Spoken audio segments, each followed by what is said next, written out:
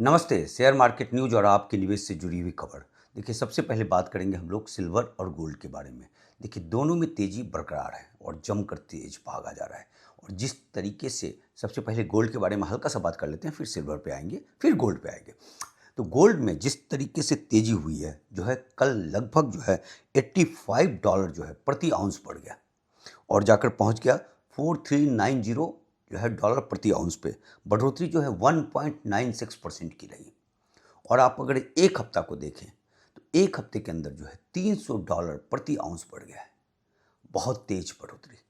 तो ये जो साइन है, ये साइन बता रहा है कि कहीं ना कहीं इकॉनमी में कुछ ना कुछ हो रहा है जो हमें पता नहीं चल रहा है। जैसा कि हमने अमेरिका के बारे में बात किया था कि किस तरीके से वहाँ मॉर्गेज वाला एक क्राइसिस उभर कर सामने आ रहा है। बाकी जो है इन्फ्लेशन है, तमाम चीज़ें हैं और उसका जो है कर्ज जो है वो उस बढ़ता जा रहा है। वो अब 37 जो है ट्रिलियन डॉलर के आसपास पहुंच गया है आकर। और जो बॉन्ड जो है उसको देना है पैसा और तमाम बातें। लेकिन जो भी चल रहा है वो जो है जिस तरीके से भाग रहा है, सिल्वर में तो एक दूसरी कहानी थी। गोल्ड में जो तेजी बनी हुई है वो कहीं ना कहीं कुछ जो है, चूंकि 2025 में 60% गोल्ड भाग चुका था और ये वाला आंकड़ा जोड़ेंगे तो और ऊपर चला गया। और चांदी 84% बढ़ा है जो है इस साल जो है अब तक 10 महीने के अंदर। तो बहुत तेज बढ़ोतरी है। लेकिन चांदी में एक स्थिरता देखी जा रही है कि जो फ्यूचर और स्पॉट प्राइस का जो अंतर था वो 0.70 डॉलर पे आ गया है। तो एक थोड़ा सा वो चीज़ें स्थिर दिखाई जा रही है। लेकिन एक चीज़ चांदी में जो सबसे अहम दिन है वो 29 अक्टूबर। और 29 अक्टूबर को क्या होगा और उसके बाद से बाजार में क्या रह सकता है, उस पर हम लोग बाद में चर्चा करेंगे। तो सबसे पहले बात कर लेते हैं कि जो कॉमेक्स से जो है वो 1.2 से लेकर 1.5 करोड़ ऑन्स, मतलब लगभग 450 जो है टन चांदी इस हफ्ते निकला है कॉमेक्स से। और लंदन बुलियन मार्केट का पता ही है कि वहाँ पे जो है काफ़ी शॉर्टेज चल रहा है और वहाँ से जो है चांदी अभी इस वक्त आ नहीं रहा है एक तरीके से आप देखें तो। लेकिन जो सबसे बड़ी बात है कि चांदी जो 50 का जो रेजिस्टेंस था उसको तोड़ते हुए जो है वो चांदी पहुंच गया 53.65 पे। 0.66% की कल बढ़ोतरी हुई है। और ये जो है दर्शा रहा है जिस तरीके से है कि जो शॉर्ट स्क्वीज है, जिस पे हम लोग 29 अक्टूबर पे आएंगे, कि वो जो है बहुत ज़बरदस्त जो शॉर्ट किया हुआ है और उनको जो कवर करना है उसका क्राइसिस एक उभर कर सामने देखने को मिल रहा है जो है। और इस समय चांदी को अगर हम देखें तो ये जो बताया जा रहा है कि यहाँ से जो है एक बड़ा ज़बरदस्त जो है शार्प राइज हो सकता है चांदी में। क्योंकि जो कप एंड हैंडल जो बना था उसमें जो था लो था $4 का और हाई था $50 का। तो फ़र्क हो गया $46 का। तो ये $46 और ये जो अभी जो चल रहा है, जो जहाँ ये कप बना था $50 के आसपास, वहाँ से जोड़ देते हैं तो $96। तो $96 जो है वो जाता हुआ दिख रहा है इस समय चांदी। तो 53 पे कोई रुकने वाला नहीं है, वो 96 जाता हुआ प्रतीत हो रहा है। साथ में दूसरी बात ये कही जा रही है कि गोल्ड और सिल्वर का जो एवरेज रेशियो है वो 1.42 का है। अभी क्या है कि अभी 1.80 पे है इस वक्त, मतलब 79.9 पे है। और इसमें एक बात है कि अगर ये घटकर 76 पे आ जाता है तो फिर बहुत शार्प राइज होगा सिल्वर का। और जो इस समय जो बता रहा है कि $96 तक प्रति आउंस जा सकता है। लेकिन एक चीज़ जो वन रेस जो गोल्ड और सिल्वर का जो रेशियो, ऐतिहासिक रेशियो का जो एवरेज आउट निकला है वो 1.42 का है। तो उस हिसाब से अगर उस पे जाएंगे तो ये $600 प्रति आउंस दिख रहा है। अब ये जाएगा कि नहीं जाएगा ये नहीं कह सकते। जो चार्ट जो बता रहा है वो, अब देखिए सिल्वर में क्या है कि सिल्वर में दो बातें हमने देखी थी कि जो है बहुत जमकर जो है बहुत सारे कंट्री खरीद रहे हैं, लेकिन रिकॉर्ड में नहीं आ रहा है। जो बात आ रही है कि जो चाइना, रसिया, सऊदी अरबिया, इंडिया और इवन अमेरिका भी जो है जमकर जो है सिल्वर खरीद रहा है। और हमने संघाई के बारे में कल बताया था कि किस तरीके से वहाँ $59 है और लंदन में है $51, जो है अमेरिका में भी उतना ही है। तो जो कल केस में तो किस तरीके से, कल परसों केस में, कि किस तरीके से जो है संघाई जा रहा है सिल्वर बड़ी मात्रा में और पूरा जो कार्गो बुक है। अब उसमें ये है कि ये जो बात आ रही है कि ये जो 4-5 कंट्री जो सिल्वर खरीद रहे हैं बहुत तेज, तो ये रिकॉर्ड में नहीं आ रहा है।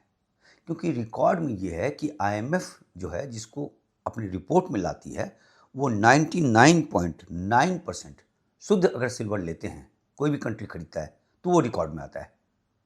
लेकिन यहाँ 9.25 वाला ले लेते होंगे जो है सिल्वर, तो उससे क्या होता होगा कि वो रिकॉर्ड में नहीं आ रहा है, तो वो पता नहीं चल रहा है, तो वो आंकड़ा उभर कर सामने नहीं आ रहा है।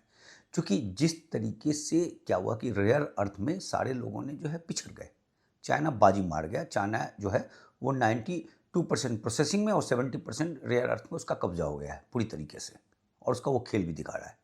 अब चांदी जो है वो भी जो है अमेरिका ने क्या किया, उसको क्रिटिकल मिनरल्स कर दिया है। क्रिटिकल मिनरल्स मतलब रेयर अर्थ जैसे जो है उसको धातु बता दिया गया है। तो और उसका उपयोग काफ़ी ज़बरदस्त हो रहा है इंडस्ट्री में, जैसा कि हमने पहले भी बताया था कि 70% के आसपास इस्तेमाल होने लगा है।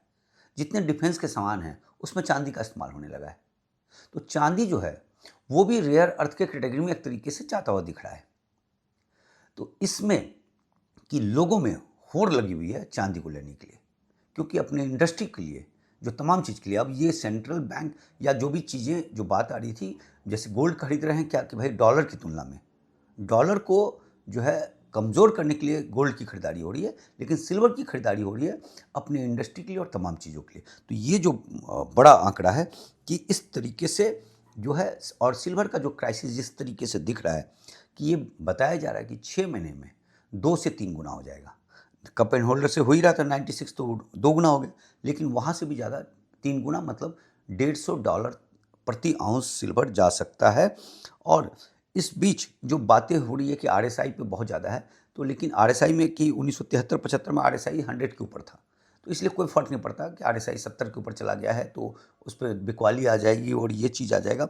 ये चीज़ें नहीं देखी जा रही है। जैसे जो सिल्वर का इस्तेमाल के बारे में बात कर रहे थे, तो ईवी में हो रहा है, सोलर पैनल में हो रहा है, एआई सर्वर बेस में हो रहा है, मिलिट्री टेक्नोलॉजी में हो रहा है, हर जगह इस्तेमाल होने लगा है। बड़ी बात है कि 29 अक्टूबर को बहुत ज़बरदस्त सिल्वर में 29 अक्टूबर तक मार्केट स्थिर नहीं होगा सिल्वर का, और कितना रेट भाग सकता है, क्या भाग सकता है, कुछ भी कहना मुश्किल है।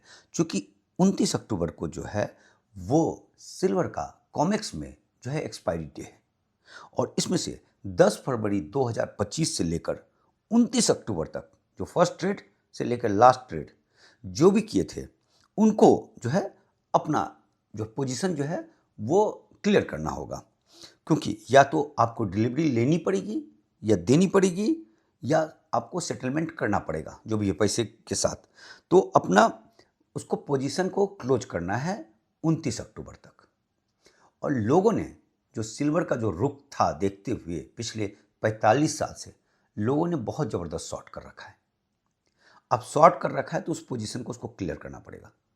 उसको क्लियर करने के लिए कल का जो लीज रेट था वो 33% था।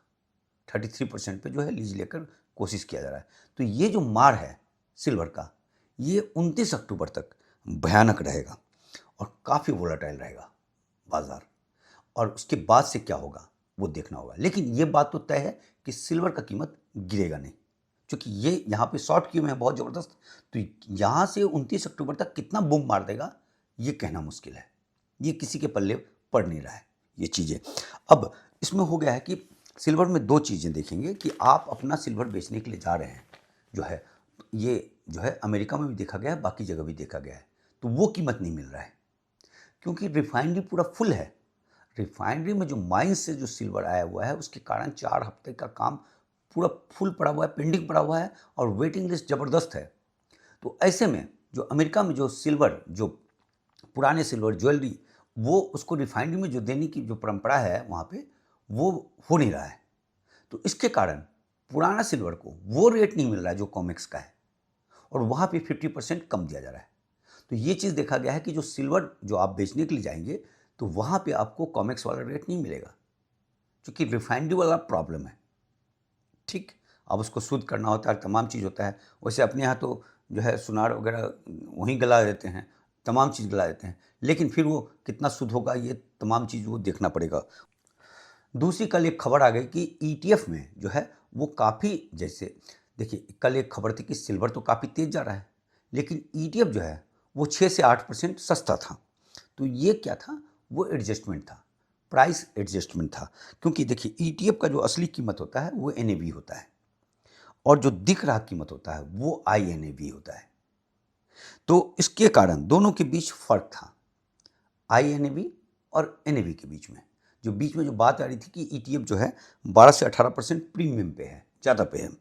तो उस जो गड़बड़ी हुई थी उसका सुधार हो रहा है और जो ETF का जो प्राइस है वो NAV पे आ रहा है, जिसके कारण कॉमेक्स में तमाम चीज़ होने के बावजूद जो है वो 6 से 8% जो है कल सस्ता रह रहा था ETF।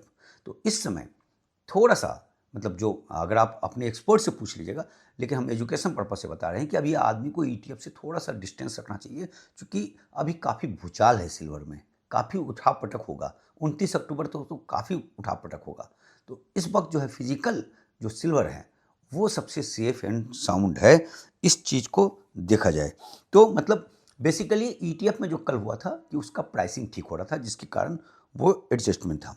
बाकी गोल्ड पे लेकर हम लोग जो कह रहे हैं, गोल्ड पे जो बढ़त देखी गई है कि जो है $85 का एक दिन में, $300 का जो है एक हफ्ता में, तो ये बता रहा है कि कहीं ना कहीं इकॉनमी में कुछ गड़बड़ चल रहा है, जिसके कारण गोल्ड में जो है ये ज़बरदस्त तेज़ी बनी हुई है।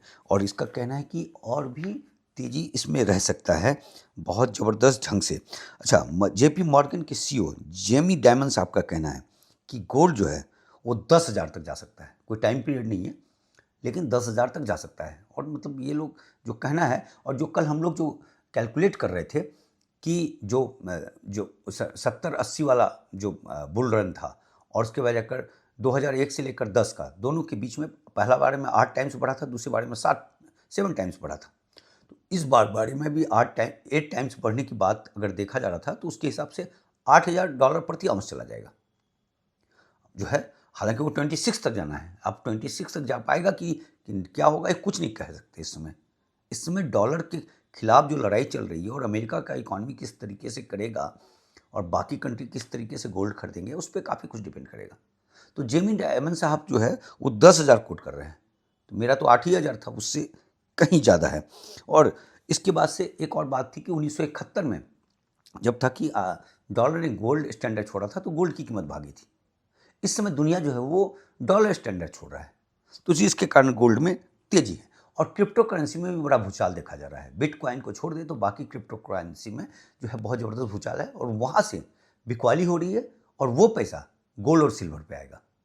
तो गोल्ड और सिल्वर पे तेजी बरकरार रहेगी, उतार चढ़ाव होगा, लेकिन बहुत तेज बढ़ोतरी होने वाली है आने वाले समय पे भी।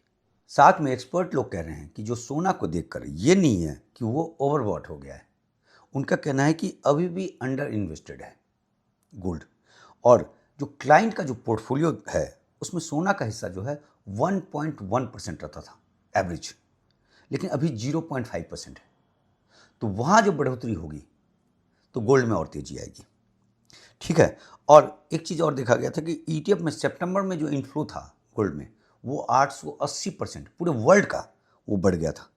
तो ये चीज़ें हैं कि गोल्ड और सिल्वर में तेज़ी अभी भी जारी रहेगी। और इस समय जो पोर्टफोलियो साइज है उस सिल्वर का वो 105 लाख करोड़ का हो गया है, जबकि गोल्ड का जो है 2450 लाख करोड़ का है। दोनों के बीच जो है बड़ा गैप है, 23-24 टाइम्स का गैप है। बिटकॉइन का 211 जो है लाख करोड़ का है, और स्टॉक्स का जो है वो 9,680 करोड़ का लाख करोड़ का है, और जो है बॉन्ड्स का जो है 11,450 लाख करोड़ का है। बिटकॉइन सबसे ज़्यादा जो है वो बॉन्ड्स का है, और अमेरिका के बॉन्ड्स में धड़कन देखी जा रही है। तो ये कुल मिलाकर चांदी पे जो बातें हुई हैं कि जो है 29 अक्टूबर जो है वो काफ़ी अहम रहेगा। बाकी हम लोग अपने शेयर बाज़ार के बारे में बात कर लेते हैं कि अपना शेयर बाज़ार में 261 पॉइंट का तेज़ी देखा गया जो है निफ्टी में, और 1.03% की बढ़ोतरी हुई। सेंसेक्स में जो है वो 1.04 की बढ़ोतरी वहाँ भी हुई है, 862 पॉइंट उछलते हुए ये पहुँच गया 83,467 पे, जो है 83,000 को क्रॉस कर गया। और मिड कैप में 0.48% की बढ़ोतरी, स्मॉल कैप में 0.38% की, और PSU में मामूली सी 0.10% की बढ़ोतरी देखी गई। FIs ने कल खरीदारी की है, 997 करोड़ का खरीदा है, और DI जो है वो 4,076 करोड़ का जो है खरीदारी किया है उसने भी। और दूसरी बात की ये देखा जा रहा है कि इस समय जो 25,669 है जो इस साल का हाई था, वो एक बड़ा रेजिस्टेंस है। और अगर उसको मार्केट क्रॉस कर देता है तो फिर 26,000 जा सकता है। और नीचे सपोर्ट जो है वो 25,400 से लेकर जो है के आसपास का है, और दूसरा उसके पहले का सपोर्ट 25,500 का है। तो ये है हमारे शेयर बाजार का हाल। बाद में दूसरी बात की, जो ट्रंप ने कल दावा किया था कि मोदी जी उनको बोले हैं कि भाई रसिया से वो तेल नहीं खरीदेगा, उसको एमईए ने आकर जो है उसका खंडन किया और उन्होंने कहा कि कोई बातचीत नहीं हुई है ट्रंप और मोदी के बीच में। तो ट्रंप एक नंबर का झूठा है, ये बात तो बार बार साबित होता रहता है। और इतना बड़ा आदमी इस तरह की झूठ किस तरीके से बोलता है, वो चीज़ें देखनी है। दूसरी बात की, जोमेटो का कहना है कि जो सर्विस में जो जीएसटी लगा है 18%, उससे नेगेटिव इम्पैक्ट पड़ेगा उसकी ग्रोथ को लेकर। देखिए, बाकी सामान तो सस्ते हो गए, लेकिन जो जीएसटी जो है सर्विस जो देता है जोमेटो, उसमें 18% जीएसटी से उसके डिलीवरी सिस्टम पे फ़र्क पड़ सकता है, तमाम चीज़ों पे उसको लेकर वो कंसर्न जता रहा है। तो इतनी ही खबर है, कल मिलते हैं फिर किसी नई खबर के साथ।